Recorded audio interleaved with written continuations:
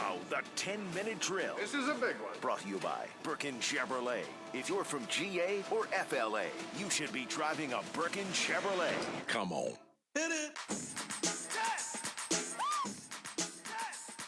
Well, this is the point of the morning where we want to rock, and we want to rock right now. It's time for the What up, 10-minute drill. Facebook? Dan missed his calling. He should have been a fly girl. I should have. It was you and J-Lo? Yeah. Wife was trying to tell me that wasn't J-Lo in that picture. I just said the same thing. Oh, you did? Yeah, I'm with BWR. You got bamboozled. It may be J-Lo, but it's 100% Photoshop. She does not look that way. That is a stomach of a 14-year-old. You can't. There's no way. I'm not buying it. I'm sorry. Yeah. That's just maybe that's just me. All right. I don't know. Well, we got 10-minute drill, sports concepts and rationalizations coming your way as we kick it around here from the world of sports. Jeff Prosser. Yeah. All right. Let's start with the football and just a couple of Jag-related things. All right.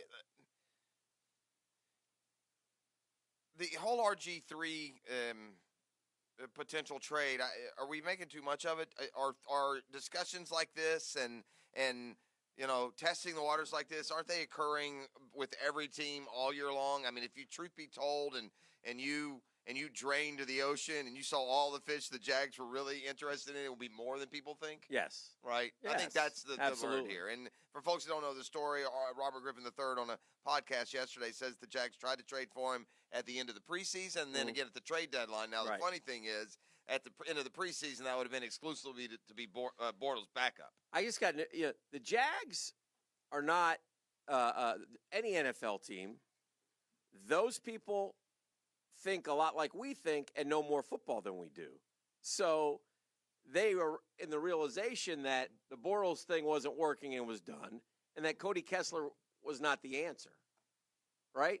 By the trade deadline, yes. Yeah, so they're trying. And I think that the preseason, that doesn't mean, that's not to replace Bortles at that point. They just give him the extension. Right. That was to be a better backup in case something went wrong. I love me some mock drafts, Jeff Prosser. I do, and everybody has them. There are more mock drafts now than I can ever remember, and we'll look at all of them. And why? But as long as we don't hold them with too much credence, I think we're fine.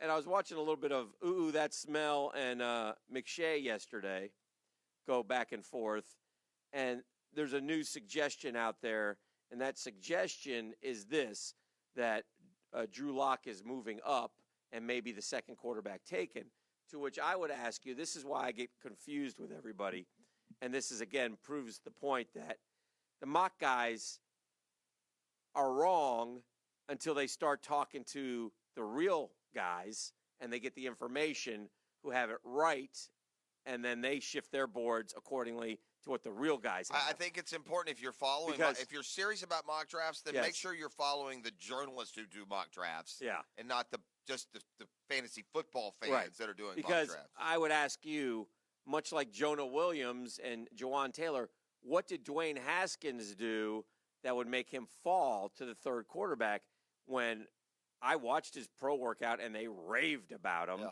I've watched him on the whiteboard and they've raved about him and how he talks the game. He's not smaller than we thought.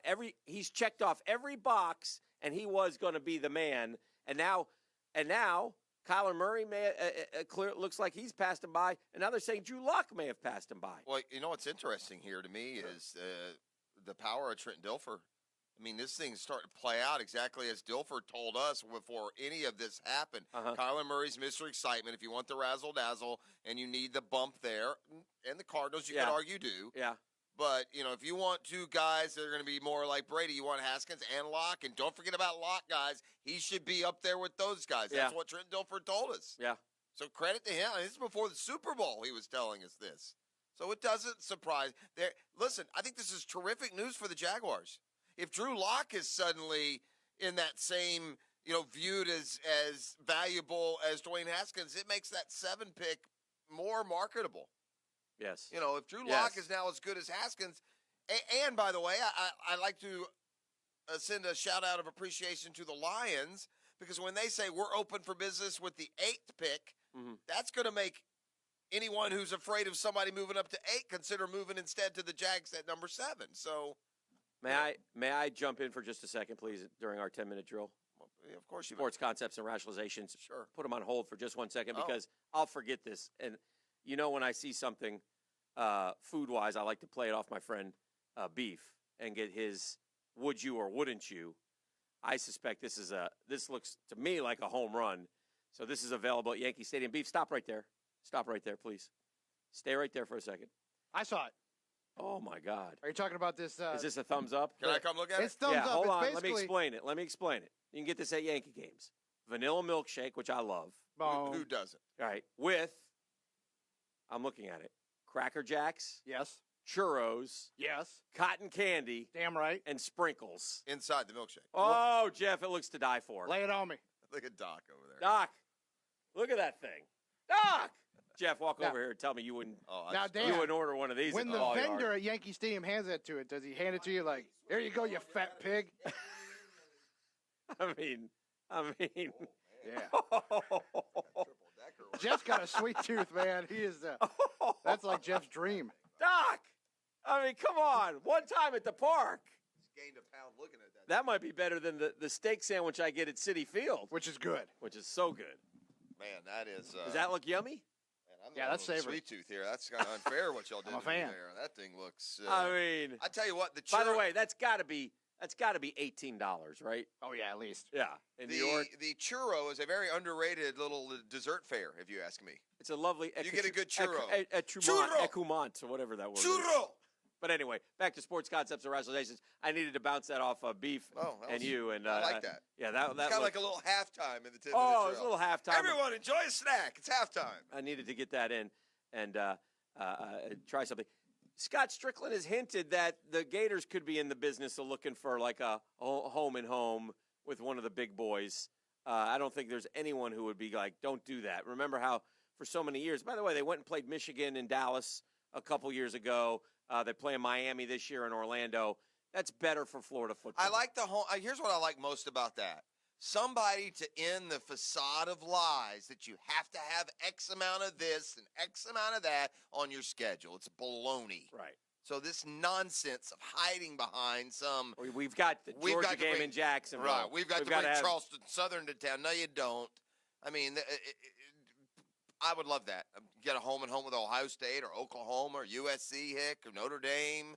Be fantastic. It'd be great for the program, and more than anything else. Look, I think we're learning one thing, Dan. Mm-hmm. Okay, I would rather play 12 good teams and go 9-3 than play 3 or 4 cupcakes and go 10-2. Yeah, I mean, I would. Yeah. I'll take the chance. I'd rather play Miami this year and have a chance of losing than bring Idaho back to town for another shellacking. Idaho? No, Idaho. Thank you. All right, I'm. How do you predict that somebody's going to end tragically without sounding like you're rooting for it or minimizing it any way? This Conor McGregor train, bro, is going to run into the mountain. This is going to be there are going to be condolences. We're going to do look backs. Some people, I was thinking of it in these terms. Well, tell folks what he did now, the latest in the but this Conor is McGregor just, this guy Khabib, who beat him like a drum the last time they fought, who's gone out of his way to keep his wife private. She's never appears with him.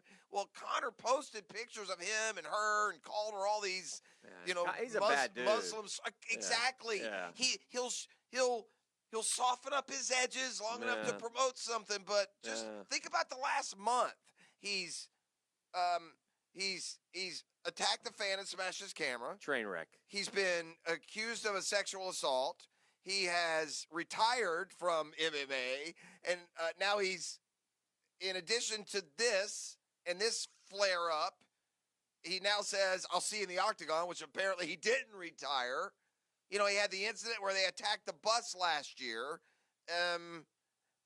It's not going to end well, bro. Well, I just feel like it's Jim Morrison in the octagon. That's where we're headed with this thing. If you're Dana White and look, the MMA,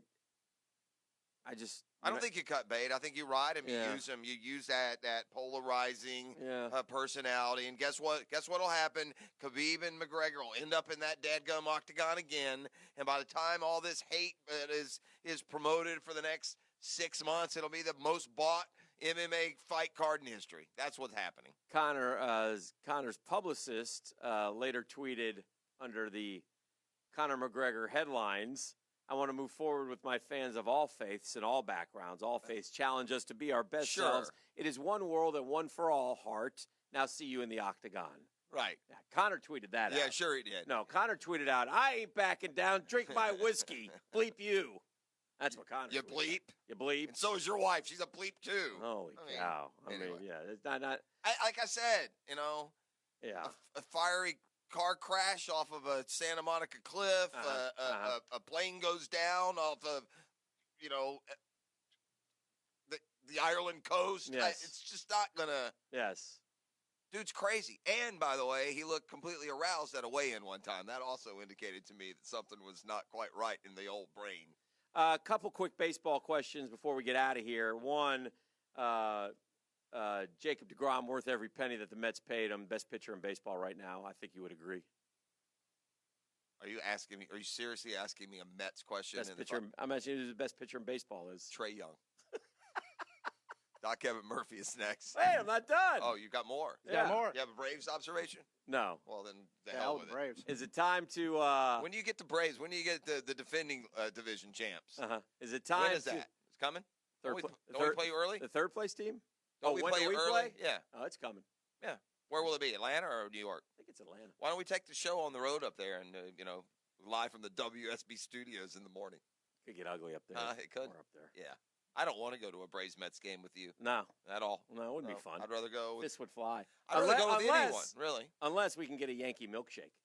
that makes... Then I would go. Makes the world come together. Yes. That's a 10-minute drill. Remember, Danny? We got to hook somebody up with this prize pack. It's documented, It's going live worldwide right now. Let's go caller number 7.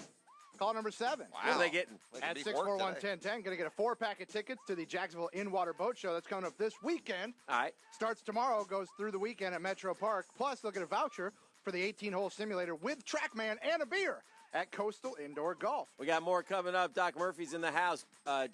Jacob deGrom home run last night, too, as well.